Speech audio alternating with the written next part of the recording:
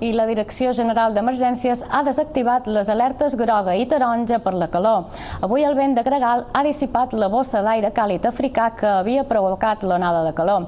Aquest agost ha estat atípic per les ennivolades i l'oscil·lació de la temperatura. Les màximes es van donar ahir a Pollença, on els termòmetres van arribar fins als 40 graus.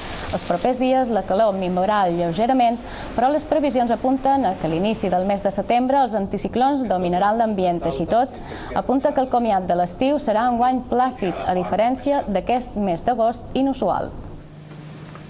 Per cert, jo diria que el mes d'agost d'aquest any s'ha caracteritzat per ser molt variable.